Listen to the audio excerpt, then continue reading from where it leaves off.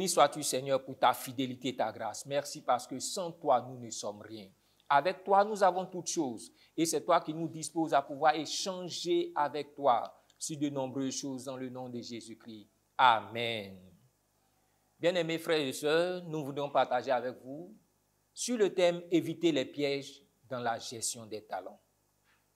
Éviter les pièges dans la gestion des talents, qui est tiré de Matthieu chapitre 25, les versets 14 et 30, qui dit ceci: « Il en sera comme d'un homme qui, partant pour un voyage, appela ses serviteurs et leur remit ses biens.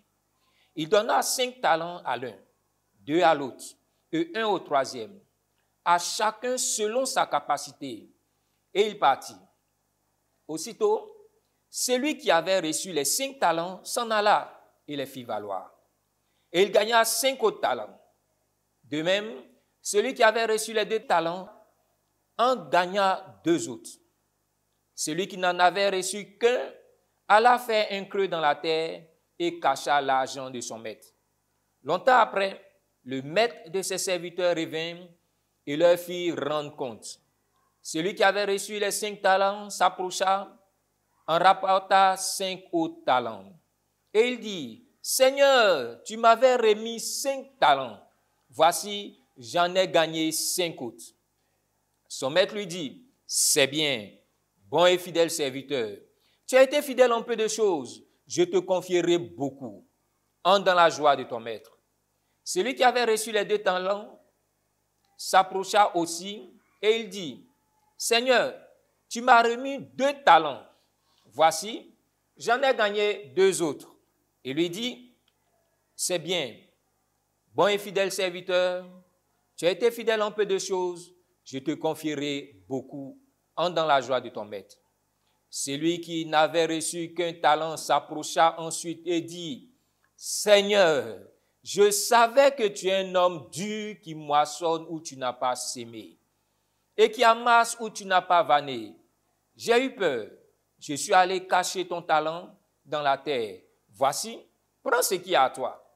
Son maître lui répondit: Serviteur méchant et paresseux, tu savais que je moissonne où je n'ai pas sémé et que j'amasse où je n'ai pas vanné. Il te fallait donc remettre mon argent au banquier et à mon retour, j'aurais retiré ce qui est à moi avec un intérêt. Ôtez-lui donc le talent et donnez-le à celui qui a les 10 talents. Quand on donnera à celui qui a, et il sera dans l'abondance. Mais à celui qui n'a pas, on ôtera même ce qu'il a. Et le serviteur inutile, jetez-le dans les ténèbres du dehors, où il y aura des pleurs et des grincements de dents. Amen. Bien-aimés frères et sœurs, Dieu aimerait qu'ensemble nous puissions réfléchir sur ce thème. Comment gérer ses talents? Ou si vous voulez, comment éviter de gaspiller les talents que Dieu nous accorde? Nous avons tous 2 options. Soit développer ce que Dieu nous a donné et le laisser nous accompagner dans ce qu'il attend de nous. Ou encore de rester passif, laxiste, pour voir les choses que Dieu nous a données s'effondrer autour de nous. Il est bien de dire: Seigneur, aide-moi à disposer, à utiliser parfaitement ce que tu as mis en moi. Et pour réussir ce que Dieu met à notre disposition, Dieu donne généralement des principes sur lesquels nous nous basons pour pouvoir faire son œuvre. La première de ces choses, c'est la nouvelle naissance, comme il nous le dit si bien dans Jean chapitre 3, les versets 5 et 6. En vérité, je te le dis, si un homme ne naît d'eau et d'esprit, il ne peut entrer dans le royaume de Dieu. Ce que Jésus est en train de dire à Nicodème, son interlocuteur. Il dit: la chose la plus importante pour toi et moi qui voudrons utiliser ce que Dieu a mis à notre disposition, c'est de pouvoir nous donner réellement au Seigneur. Si tu ne t'es pas donné au Seigneur, tu ne peux rien faire des choses qui concernent les œuvres de Dieu. Il dit: en vérité, je te le dis. Et en second point, il nous dit: l'œuvre de Dieu, ce n'est pas une œuvre qui est charnelle, mais c'est une œuvre qui est spirituelle, où on procède, on travaille, on évolue avec le Saint-Esprit. où on nage, on évolue dans le surnaturel de Dieu. C'est pourquoi Jésus peut le dire, je suis le chemin, la vérité, la vie. Nul ne peut venir à moi. Nul ne peut venir au Père que sans passer par lui. C'est par Jésus seul. Tout ce que nous voulons faire, c'est par lui seul. Et c'est pourquoi il nous donne des dons. Il nous donne des capacités. Il nous donne des compétences. Et en plus de ça, il met à notre disposition des anges pour réussir la mission pour laquelle il nous a fait venir sur cette terre. Mais toutes ces choses, nous les développons à travers le jeûne et la prière. Il est important pour nous de jeûner pour chercher la pensée de Dieu, de jeûner pour nous rapprocher de Dieu, de jeûner pour chercher la pensée, ce que Dieu veut faire de nous. Bien-aimés, regardons dans cette péricope, qu'est-ce qui a été la cause de ce troisième serviteur? Analysons ensemble.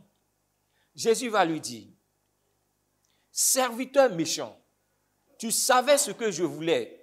Car toi-même tu dis, je moissonne où je n'ai pas semé. En réalité, ce serviteur-là, il connaissait Dieu. Mais c'était théorique, c'est une connaissance théorique, littéraire, pas une relation dynamique entre Dieu et lui. Et c'est pourquoi le Seigneur va lui dire, serviteur méchant, tu savais que je moissonne là où je n'ai pas semé, j'amasse là où je n'ai pas vanné. Dieu est capable de faire des choses extraordinaires. Ce qu'il dit, ce n'est pas parce que Dieu a dit que c'est faux. Non, c'est vrai. Parce que Dieu moissonne où il n'a pas vanné. Il récolte où il n'a pas planté. Pourquoi? Parce que c'est un Dieu du miraculeux qui agit dans le miracle. Et il le fera pour toi. Si toutefois tu te disposes à le laisser faire pour toi. Il le dit. Non seulement il est méchant, Dieu le trouve de paresseux. Parce qu'il a refusé de faire simplement le minimum. Est-ce que toi, tu fais le minimum pour marcher avec le Seigneur? On demande beaucoup de choses de la part de Dieu, mais est-ce qu'on fait le minimum? Il dit le minimum, c'était quoi? C'était de prendre juste pour aller déposer entre les mains du banquier. C'était de pouvoir juste accompagner les autres. Pendant que l'autre était en train de prêcher, c'était simplement de prier pour cette personne. Au lieu de te plaindre quand tu vois quelqu'un qui prie dans le bus, qui prêche dans le baka, ce que tu devais faire, le minimum, c'était juste de prier. Même si son langage n'est pas soutenu, même s'il ne parle pas comme tes prédicateurs, même s'il ne prêche pas comme ton pasteur, la seule chose qui t'était demandée, c'était de prier, Seigneur, que sa parole, dans cette chaleur, touche quelqu'un. C'est ce que Dieu te demandait. Il dit, tu sais ce qui était juste? Mais il répond, j'ai eu peur. La foi, la marche avec dans la vie chrétienne, ne peut pas rimer, ne peut pas être accompagné par la peur. La peur est un obstacle à la manifestation de la foi. Lui, il a dit, j'ai eu peur. Pourquoi tu vas avoir peur? Quand tu sais que Dieu est avec toi, tu ne dois pas avoir peur. Même quand tu as peur, dis, Seigneur, sauve-moi de cette peur. Les peureux, ceux qui ont peur, ne peuvent pas mettre un pas devant. Il dit, ne dis pas, j'ai eu peur. Et il dit, j'ai eu peur, je suis donc allé. De moi-même, je suis allé. Combien de temps nous-mêmes nous prenons nos propres décisions pour aller? Ésaïe 53 peut le dire. On était tous comme des brebis errantes. Chacun suivait sa propre voie. Dès l'instant où chacun fait ce qu'il veut, il est déjà sur la voie du péché. Le péché n'est pas seulement l'abomination, mais il a déjà raté la voie. Il dit, j'ai eu peur. Et qu'est-ce que j'ai fait? Je suis allé creuser. Il fait des efforts pour creuser. Mais regardez que quand on creuse, on ne va jamais de l'avant, en haut. Quand on creuse, on va en bas. Alors que les choses de Dieu, on va toujours vers la montagne. Le ciel en haut, le ciel n'est pas en bas. Mais en creusant, c'est qu'il fait des efforts pour s'éloigner de Dieu, pour éloigner ses résultats de Dieu. Mes amis, regarde pour toi-même. Est-ce que tu ne t'éloignes pas de Dieu? C'est comme si on déploie des efforts pour nous éloigner de la présence de Dieu. Et on veut voir la présence de Dieu. Non. Il dit, je suis allé creuser. Dans la Bible, quand on parle de creuser, on parle toujours d'abîme, on parle de profondeur, de Sheol, d'enfer. C'est là le creux, le creux. Même si nous, aujourd'hui, nous savons que dans la terre, il y a un noyau. Mais quand on parle de creuser, c'est de s'éloigner. Il dit, non seulement je suis allé creuser, j'ai fait des efforts pour éloigner mes résultats de la pensée de Dieu. Je suis allé creuser, j'ai fait un trou. J'ai tracé les sillages. Le trou, quand on met quelque chose dans un trou, directement, il va au fond. comme s'il faisait les efforts pour que ces résultats s'éloignent de Dieu. Il dit, ou encore dans la terre. Est-ce que tu peux dire avec moi dans la terre? En parlant de dans la terre, c'est quelque chose qui est charnel. La terre, l'homme, il est spirituel, mais il vit dans un corps. Mais en parlant dans la terre, c'est de donner tout un cadre bien organisé pour que ces résultats n'aient seulement que des résultats formels, charnels. Il dit, il a creusé dans la terre. Il a mis sa propre nature, ses propres réflexions, ses propres manières d'agir, tout ce qu'il avait pour donner un cadre limité à ses résultats. Il a fait. Et il dit, je suis allé cacher en plus. Pour protéger cela de tous les résultats de Dieu, afin que personne n'arrive à toucher à ce résultat. Il dit, je suis allé cacher cela pour empêcher toute intervention de Dieu. C'est vrai qu'il nous arrive, nous aussi, comme ce monsieur-là, d'empêcher Dieu de pouvoir toucher à nos propres résultats. Parce que nous avons bâti tout autour une conception humaine, une conception traditionnelle, chez nous, dans notre famille, dans notre région, dans notre zone. C'est comme ça que nous fonctionnons. Bien-aimés, ne sommes pas obligés d'avoir ces genres de résultats, ces genres de comportements. Non, en tant qu'enfants de Dieu, nous devons permettre à Dieu de pouvoir intervenir. Regardez donc ce que Dieu va lui dire. On le dit Dieu, le maître va lui dire, il te fallait donc remettre mon argent au banquier. Ça, ce sont les choses les plus élémentaires qu'il aurait dû faire.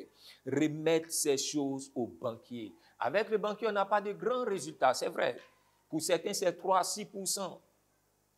Mais ici, c'est une manière de nous dire qu'il nous fallait juste accompagner ce qui devait être accompagné.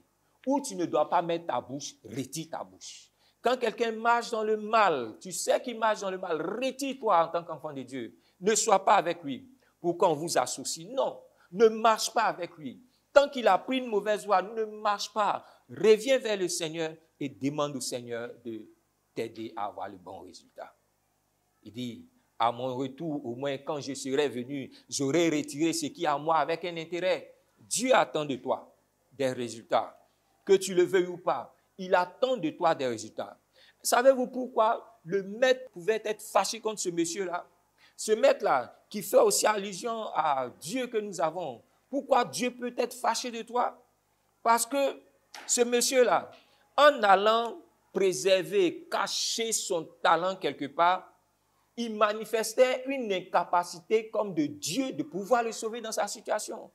Une incapacité, alors que nous tous on dit ce Dieu-là c'est le Dieu créateur, le Dieu multiplicateur, c'est Dieu qui multiplie. Ésaïe 55 le dit si bien, comme la pluie et la neige descendent des cieux et ne retournent pas, il en est de même que la parole qui doit faire en nous beaucoup d'effets. Mais quand on empêche cette parole de produire, on refuse d'écouter cette parole, on s'élève contre Dieu. Arrêtons donc de nous élever contre Dieu et laissons Dieu nous parler. Laissons Dieu nous conduire, laissons Dieu nous accompagner. Que Dieu te bénisse, bien-aimé. Que Dieu te soutienne, afin qu'à compter de ce jour, tu ne t'attendes pas à ne pas voir des résultats, mais au contraire, tu attends de grands résultats dans ta vie. Pourquoi? Parce que tu connais Dieu. Tu connais Jésus-Christ, le Dieu vivant. Que Dieu te bénisse. Prions le Seigneur. Seigneur, je prie pour chacun d'entre nous. Je prie que nous puissions nous attendre à voir de merveilleux résultats dans nos vies. Je prie que nos cœurs s'ouvrent pour t'entendre, pour te voir, pour te laisser prendre la place. Je prie, quel que soit le problème que nous vivions, quelle que soit la situation auquel nous sommes confrontés, que nous puissions te voir intervenir au nom de Jésus-Christ. Merci parce que tu es vivant. Merci parce que tu nous bénis et tu nous gardes. Conduis-nous dans la victoire parce que nous en avons besoin. Au nom de Jésus-Christ. Amen. Que Dieu nous bénisse. Au nom de Jésus-Christ. Amen.